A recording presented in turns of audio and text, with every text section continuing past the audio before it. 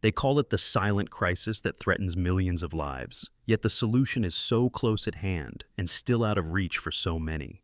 This startling observation has begun to circulate in the medical community, sparking passionate debates among doctors, pharmacists, and advocates worldwide. What is this crisis, and why does it loom so large? Today, we delve into the unfolding story of advanced diabetes medications, those powerful new tools hailed as game changers, and examine the shocking reality that only a small fraction of the people who need them are actually getting them. Welcome, everyone. In this script, we will explore the perplexing gap between medical breakthroughs and the real world of patient care. We will uncover the deeper reasons behind how these cutting-edge drugs remain tucked away from the diabetes patients who stand to benefit most. We will also investigate why experts believe this tale involves not just economics but awareness, outdated practices, and more. In short, we will ask, how can something so effective still feel so hidden? And what does it mean for the future of millions of individuals racing against the clock in the battle with type 2 diabetes? In this deep dive, we will break down the primary research on these new diabetes drugs, reveal the hurdles that keep them from reaching the masses, and discover the hopes that medical professionals hold for the coming years.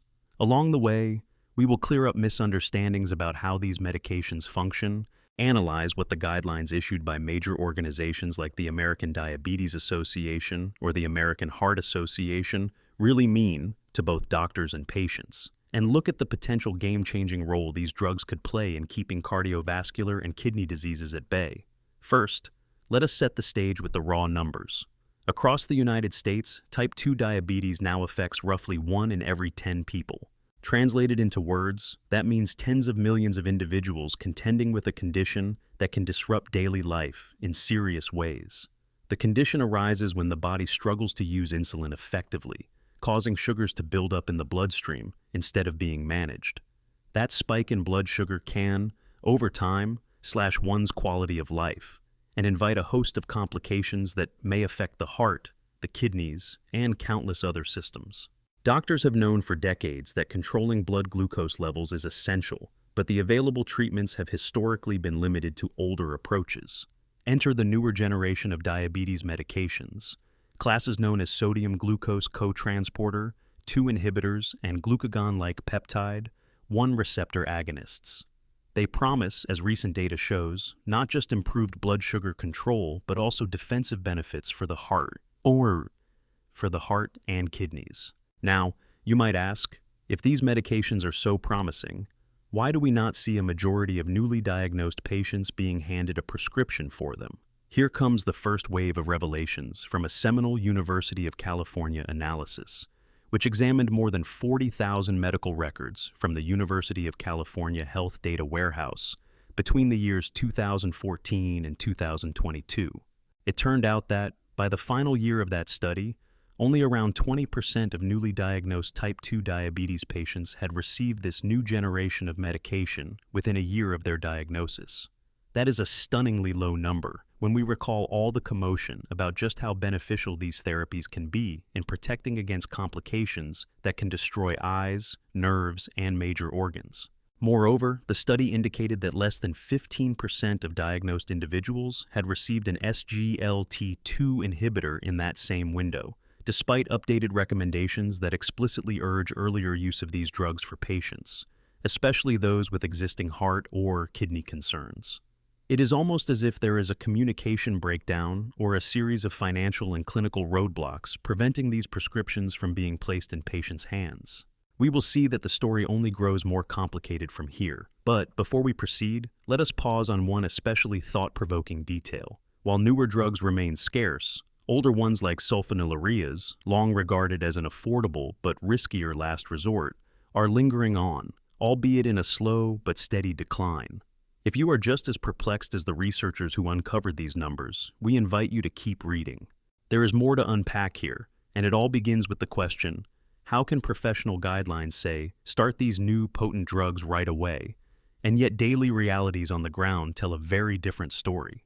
Experts point to the powerful presence of factors like prohibitive costs, patchy insurance coverage, and the variable knowledge levels among clinicians who may not be up to date on the latest guidelines.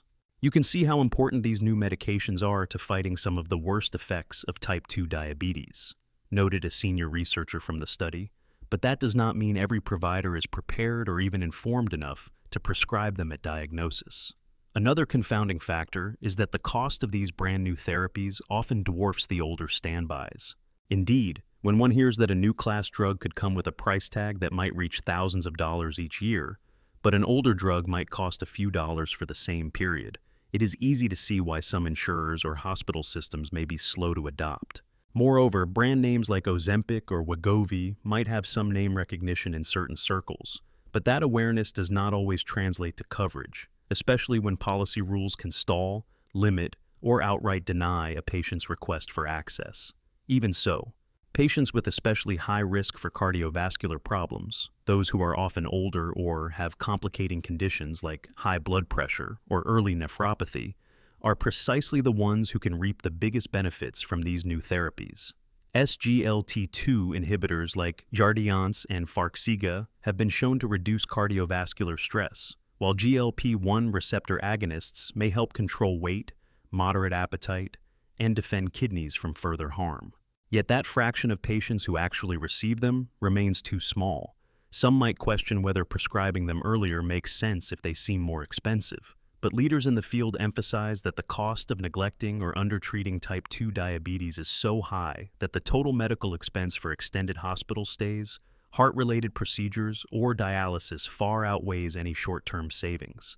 Right now, some might be asking if there is a hidden risk or an unspoken reason behind the slow adoption. Are doctors hesitant because of unknown side effects? So far, the data suggests that these new medications come with manageable and relatively mild side effects when compared to those riskier older drugs that may cause severe low blood sugar episodes. Metformin, the longtime champion for type 2 diabetes treatment, remains a staple in many first-line guidelines. But interestingly, the use of insulin for newly diagnosed patients seems to be dipping slightly, reflecting a shift in the standard approach. Insulin can be life-saving, but it is also a complex therapy requiring close monitoring. In contrast, an SGLT2 inhibitor in a once-daily oral form might appear simpler if clinicians and patients can overcome the cost and coverage issue. If you find this eye-opening, go ahead and let us know with a friendly show of support. Every bit of feedback helps this community thrive. Now back to our story. According to the University of California team, who meticulously combed through relevant data, the trend lines for SGLT2 and GLP-1 drug usage are actually moving upward. That is the bright side. The growth from a few percent usage to nearly 1/5 of newly diagnosed patients suggests progress is happening. But if guidelines continue to push these therapies as the best step forward for patients with high cardiovascular or kidney risks, then the ultimate goal is to see not 15 or 20%, but something closer to a majority of those who could benefit. We might remain far from that finish line, but just how far and how quickly that gap might close is up for debate. Some advocates for diabetes patients say that insurance companies should be mandated at the federal or state level to offer better coverage for these new classes of drugs. Others argue that doctors themselves must become more active in pitching these therapies to patients, especially if they know that the standard older drugs may not provide the same protective factors. Meanwhile, during the window from 2014 to 2022, a fair amount of time elapsed before major organizations aligned on new guidelines. That suggests some of the slow adoption might be traced to confusion or a lack of consensus early on, which has only recently begun to solidify. Nevertheless, times are changing, and the landscape of type 2 diabetes care has become more nuanced than ever.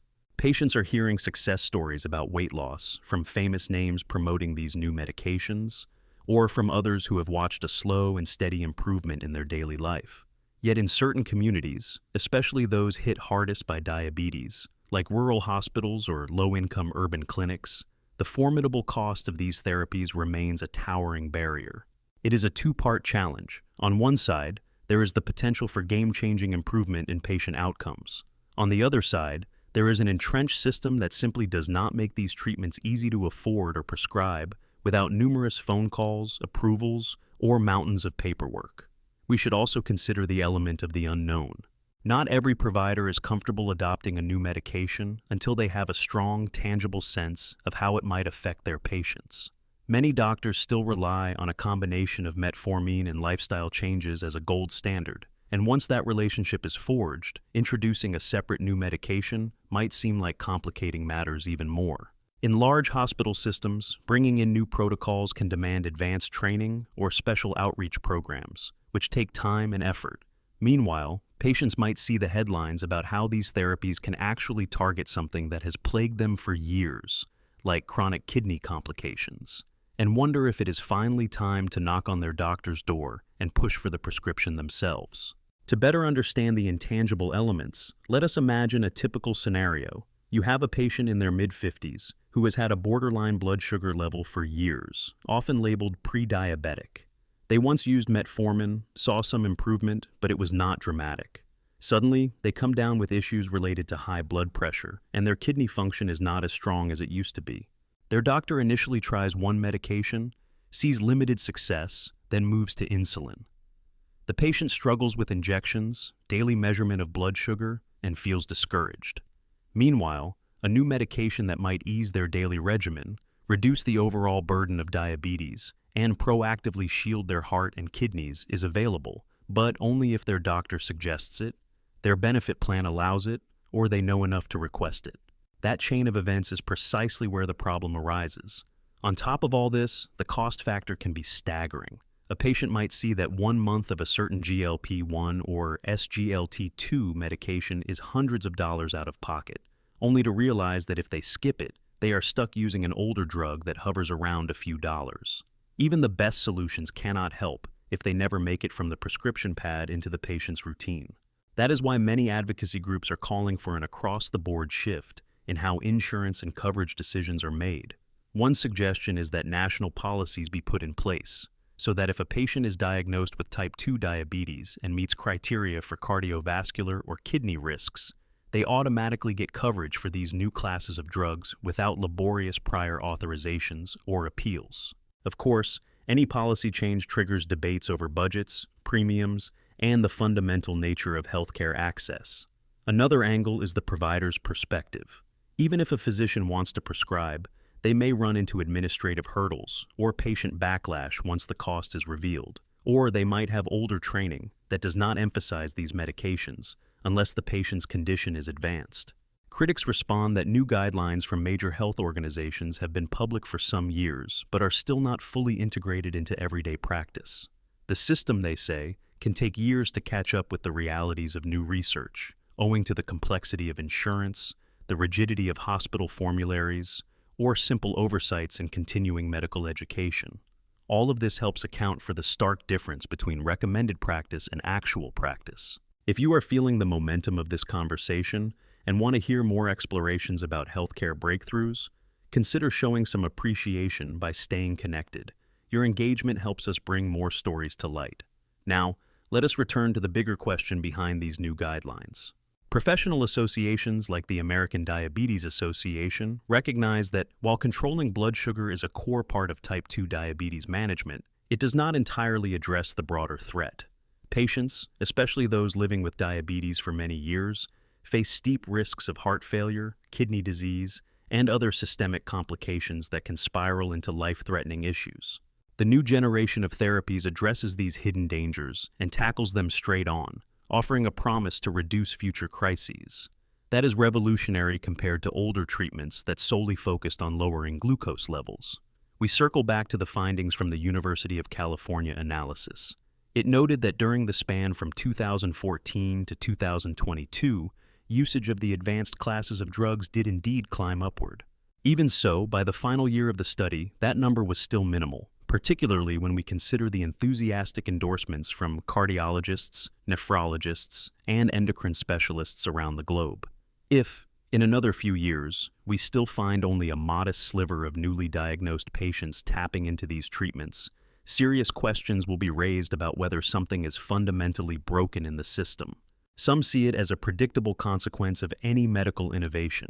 It always takes time to spread from the earliest adopters to the mainstream. Others interpret it as a failure to deliver on the promise we now widely recognize. And for those hundreds of thousands of individuals who could experience fewer heart or kidney complications, each passing month might represent a lost chance to safeguard their health. It might be too soon to declare a final verdict, but the tension remains. On one side, we have groundbreaking drug classes that combine real efficacy with side benefits not typically seen in earlier generations. On the other side, we have a patchwork of coverage limitations, incomplete provider awareness, and a labyrinth of guidelines that keep morphing over time. Meanwhile, type 2 diabetes is not slowing down. It remains one of the biggest health challenges facing the United States and many other countries around the world. As the average age creeps upward and lifestyles continue to shift, the number of potential diabetes diagnoses grows, and so does the number of potential heart or kidney failures. Healthcare experts caution that if we do not catch this wave early, we will be battling an exponentially larger crisis sooner than we might expect. As we reach the final section of our deep dive, it is worth acknowledging that the situation, while concerning, is not all doom and gloom. The progress from negligible use of SGLT2 inhibitors and GLP-1 receptor agonists to that 20% usage is an indicator that the standard of care is gradually evolving. However, 2022 has come and gone, which means another wave of newly diagnosed patients have already begun their journey. Will they receive timely and effective treatments, or will they be locked into older regimens that fail to minimize their chances of heart and kidney complications? If you are wondering what can be done individually, consider this. You can advocate for yourself or your loved ones. Ask primary care doctors if there is a reason you should not be on one of these newer medications, given your particular risk factors. In parallel, contact your insurance provider or your local representatives if you suspect coverage rules are behind the gap. And of course, staying informed is half the battle. Finally, we reflect on the bigger picture. This is not the first time that a life-changing medication has struggled to break into mainstream use, hindered by cost, awareness, or outdated systems. However, diabetes is not just any condition. It is a global epidemic, with tens of millions of adults in the United States alone carrying the burden. That burden includes the constant threat of heart attacks, strokes, kidney failure, loss of vision, and more. The question remains, can the proven innovations in diabetes medication shine through quickly enough to avert the worst outcomes? Only time will tell, but for now, we have an undeniable call to action. To narrow the gap between what progressive scientific advances have promised and what real-world practice has delivered, people out there are working tirelessly. Physicians, pharmacists, patient advocates, and legislative voices to ensure that these vital treatments get where they need to go.